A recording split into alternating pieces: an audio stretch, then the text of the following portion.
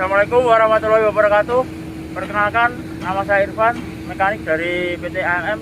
Hari ini saya akan mencoba melakukan proses kedua untuk unit doser 375 Komatsu ya. Mungkin langsung saja kita cek untuk proses kedua. Pertama ya, kita cek secara visual daripada bagian bawahnya terlebih dahulu. Bisa dilakukan pengecekan pertama mungkin dari kondisi blade ya, dari depan kondisi blade nya apakah ada kerusakan atau tidak. Kemudian kita cek juga di bagian bawah di end bead, kemudian cuttingnya kondisinya masih layak pakai atau enggak. Biasanya kalau sudah mulai habis bisa kita lakukan penggantian di end bead dan juga cutting kitnya. Oke. Kemudian lanjut kita lakukan pengecekan secara visual ya. Di bagian bawah ini ada, ini namanya seal cylinder ya. Kita lakukan pengecekan mulai dari pengecekan kebocoran, kemudian kondisi covernya, kondisi housingnya, dan juga kondisi pin yang ada di silinder. Kita cek pinnya terlumasi dengan baik atau tidak. Kemudian kita cek juga kondisi pin yang ada di sini masih bagus apa enggak. Oke, lanjut kita ke belakang. Mungkin bisa kita lakukan secara visual di bagian undercarriage ya. Bagian undercarriage mulai dari track link, kemudian di track shoe-nya juga kondisinya secara visual, dan juga di bagian idler. Nah, di idlernya kondisinya masih bagus atau sudah mulai ada kausan di undercarriage, kita pastikan. Oke, lanjut ke belakang lagi, kita cek di final strap-nya ya. Kondisi final strap di bagian plak-plaknya apakah ada bekas kebocoran atau enggak, karena kemungkinan kurang kencang dari plaknya. Kemudian di sprocketnya kita cek juga kondisi dari segmennya ini. Nah, sudah mulai aus atau masih layak pakai, kita pastikan juga. Dan kemungkinan kendor tidaknya dari baut-baut di segmennya ini ya, kita pastikan juga untuk segmennya. Oke, ke belakang lagi, bagian atas belakang ya, di reaper ada beberapa silinder di sini. Silindernya ada 4 ya, dan dengan fungsinya masing-masing kita pastikan lah. Biasa silindernya di hose-nya apakah ada kebocoran atau enggak. Kemudian di silindernya itu di root-rootnya, dan juga di bagian seal dalam silindernya ada bekas bocor atau tidak. Kemudian kita cek juga ya untuk di tank reapernya. Tank reaper ini kita cek apakah ada keretakan ataupun potensi untuk dia mengalami patah. Biasanya di lapangan sering terjadi patah di tank reapernya. Dan juga untuk guardnya ini ya, ini pelindungnya kita cek. Nah, apakah sudah aus apa belum, kita pastikan. Oke, lanjut ke bagian ini ya, bagian belakang.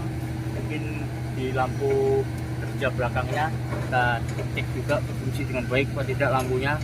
Pastikan kalau bisa dalam keadaan bersih ya lampunya ya, agar tidak mengganggu dalam penerangan. Kita operasi malam hari. Oke, untuk final sebelah kiri ya lebih sama ya, perlakuannya sama yang sebelah kanan tadi. Segmen, kemudian plak, dan juga kebocoran itu sama ya. Dan juga kita cek di bagian undercarriage di sini ya, di rollernya,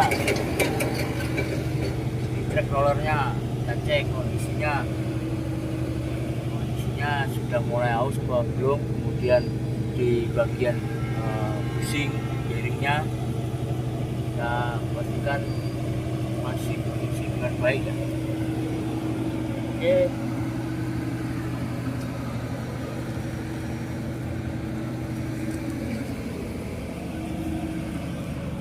Kita cek juga bagian dari frame-nya ya, ada keretakan apa enggak. Dan frame di sini juga kondisinya ada retak ataupun potensi untuk patah. Lanjut kita ke bagian atas ya. Oke, buka dulu capnya.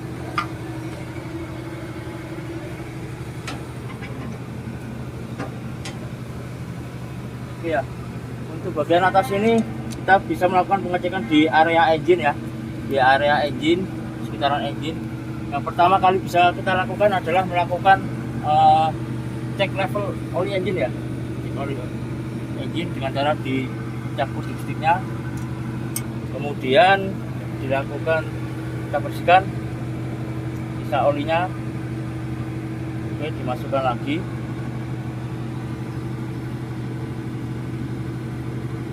Cabut lagi. Nah, ini kita cek di level oli engine apakah berada di antara high dan low. Oke, ini bagus ya, di levelnya cukup. Oke, itu untuk level oli engine. Kemudian bisa kita pastikan di semua area engine ini ya, untuk kondisi dari sebelum itu kita ini ya, jika ada kekurangan oli kita bisa menambahkan lewat sini ya, di capnya ini. Capnya kita buka, kendor dulu. Oke, di sini. Kemudian kita lakukan juga pengecekan di filter-filternya, baik itu filter oli maupun filter fuel. Nah, kondisinya ada bekas-bekas bocor apa tidak, dan di semua area ya. Kemudian di bagian depan ini untuk cooling system ada radiator, kondensor, kemudian after cooler ya, dipastikan lagi dalam keadaan bersih, tidak ada bekas bocor, sehingga sirkulasi udaranya ataupun sistem pendinginnya bekerja dengan baik. Oke, di sini juga kita bisa lihat level daripada reservoir tank ya.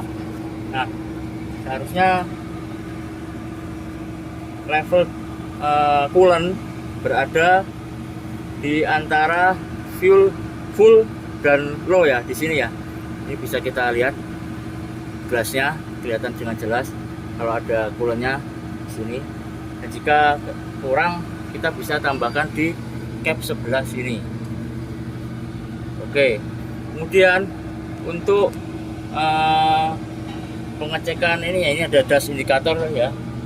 Ini fungsinya untuk indikator jika air cleaner tersumbat. Nah, kita pastikan ya kondisinya ada, kalau dia warna merah berarti dia tersumbat, dan bisa kita lakukan rilis di sini ya, rilis, dan kemudian jangan cuma dirilis ya, bagusnya dibersihkan juga air cleanernya jika ada indikatornya tersumbat. Oke, nah ini air cleanernya di sini untuk tempatnya dari air cleanernya. Dan oke, di sini juga ada keran ya, ada keran. Ini fungsinya adalah keran untuk melakukan bleeding fuel system ya. Jadi ketika kita melakukan bleeding maka kerannya kita geser ke atas. Nah, kemudian setelah selesai melakukan bleeding, kita jangan lupa dikembalikan lagi ya kerannya ke bawah seperti ini. Oke, simpel saja untuk melakukan bleeding, prosedurnya seperti itu. Kemudian oke, ini ya, jika ada kondisi darurat kemudian fire suppression tidak bekerja secara otomatis, kita bisa melakukan tindakannya dengan cara menekan tombol yang ada di sini sehingga fire suppression bekerja dan memadamkan api jika terjadi kebakaran. Tombolnya tinggal cabut pinnya, kemudian ditekan kuat-kuat di bagian atas ini. Oke, mungkin itu untuk fire suppression. Kemudian di sini kita ke belakang lagi.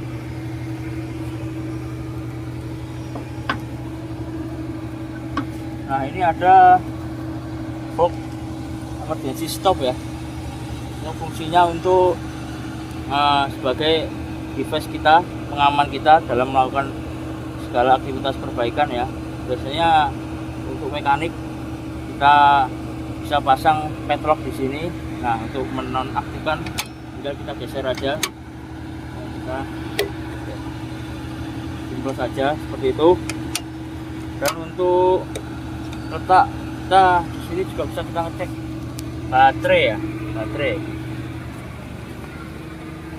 baterainya letaknya di sini. Oke, ya kondisi dari baterai bisa kita cek di area sini, kondisi kabelnya, kondisi dari mounting kabel-kabelnya ini, kemudian terminal jadi baterainya masih bagus atau tidak bisa kita cek di sini.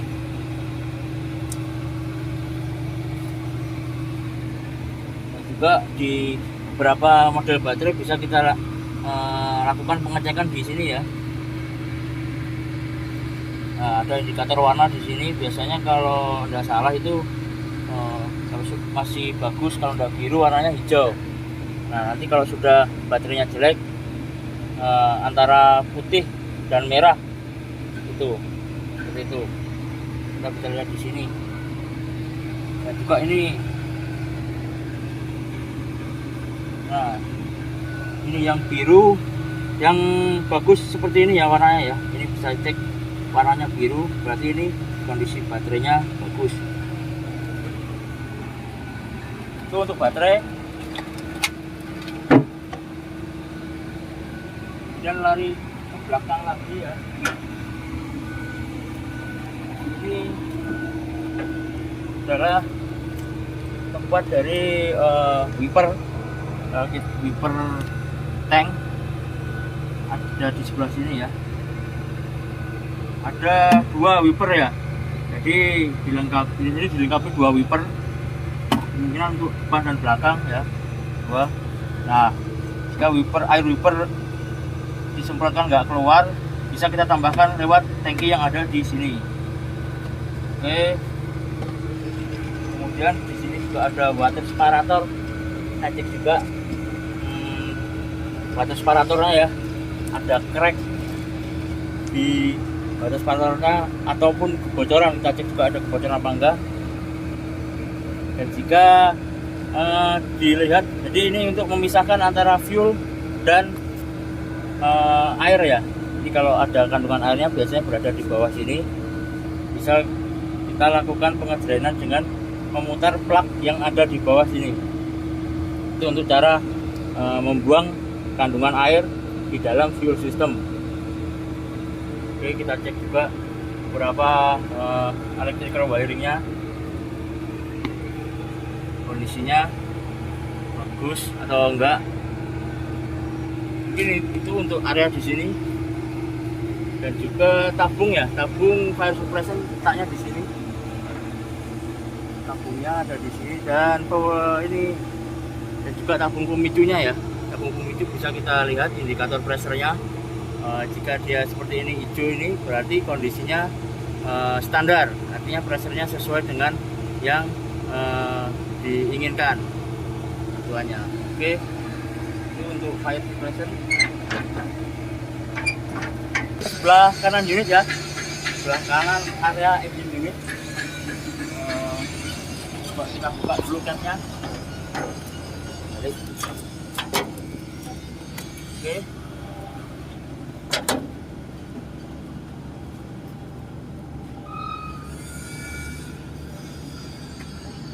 Nah, di sini kelihatan jelas ya untuk kondisi dari kebanyakan. Ini bisa kita lihat di air system ya. Air systemnya kita cek di aftercooler, kondisi aftercoolernya. Nah, ini ada bekas-bekas kondisi fin-finnya kayaknya apa enggak, ada indikasi kebocoran atau tidak di aftercoolernya. Kemudian bisa juga kita lihat dari sini water pump bisa kita lihat di sini kondisi dari water pump, artinya ada kebocoran enggak di area water pump. Untuk water pump bisa kita lihat jika ada kebocoran di sebelah sini ya. Ini ada, biasa kita bilang lubang penduga. Ini untuk indikator bahwa jika ada kebocoran di water pump berarti keluar dari lubang sebelah sini. Itu untuk water pump. Kemudian di area sini juga muffler, kemudian di turbo kita cek. Lanjut, itu bagian dari atas engine hood, di brake cleanernya kita cek kondisi brake cleanernya, kemudian juga mufflernya kondisinya bagus apa enggak, penyok atau tidak, bisa kita lihat di sini ya. Oke, di sini juga ada silinder ya. Silindernya kita cek kondisi hose-nya, kondisi daripada rod dan juga pintunya dari silinder. Oke, setelah itu bisa kita ke belakang ya. Nanti juga ini bagian dari AC ini ya. Kita cek filter dari AC nya ini siapa tidak. Kemudian di bagian bawah floornya ini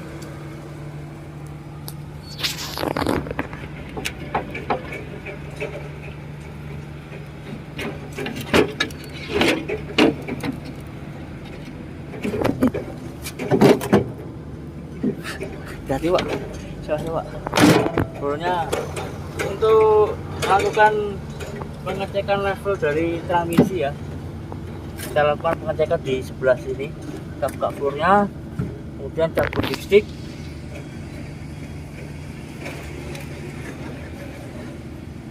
bersihkan oli-olinya, sisa oli dimasukkan lagi.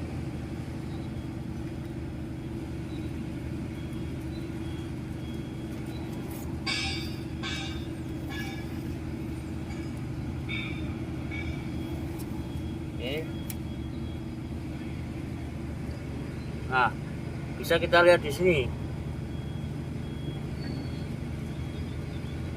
Seharusnya untuk mengecek oli transmisi sebaiknya pada saat kondisi running ya. Kondisi running, jadi kita cek di ini ada namanya idle ya, ada indikator namanya idle lah. Ketika dia running idle, posisi oli berada di antara high dan low di sini. Posisi idle, engine running di sini. Oke.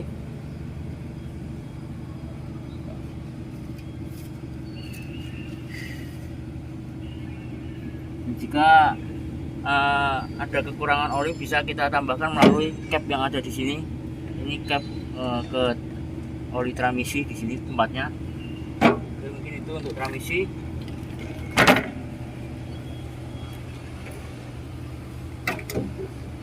Ke belakang di hidrolik. Nah, ini tangki hidroliknya berada di kanan unit ya, sebelah kanan unit tangki hidrolik. Yang pertama bisa kita cek, di sini ada gelas indikatornya. Jadi jika olinya cukup, maka akan kelihatan oli di sisi gelasnya sini. Oke, cek juga cap-nya terpasang dengan baik apa tidak. Oke. Berikut P2 di area bawah untuk unit doser 375 ya.